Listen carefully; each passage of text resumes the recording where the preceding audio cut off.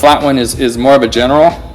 You can use this mostly on the extremities where you're not going to run into any bone, and you really just kind of are trying to push the lactic acid that's built up after a long exercise program.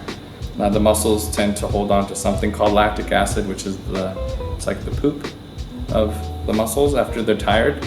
So what you're trying to do is you're trying to push it out. I always give the analogy of the toothpaste. So you're trying to squeeze the toothpaste out of the tube. So there's a technique to doing it.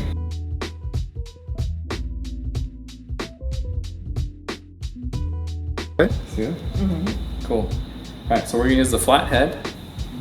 Obviously, we have more of a flat surface to work with. The bones of the forearm tend to be flat and they sit side by side, so I'm not really worried about bouncing off bone as long as we're staying away from the bony areas. But they tell us where they are. So you're gonna extend back and then you're gonna come down. You can show where your muscles are. Those are the muscles we're working with, okay?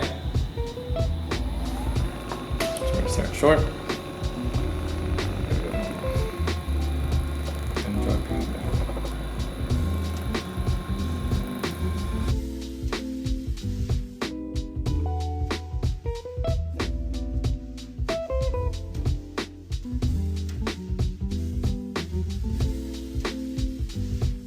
So we're gonna have you working on your tricep muscle. So what I'm gonna need you to do is start short and elongate the arm. Good.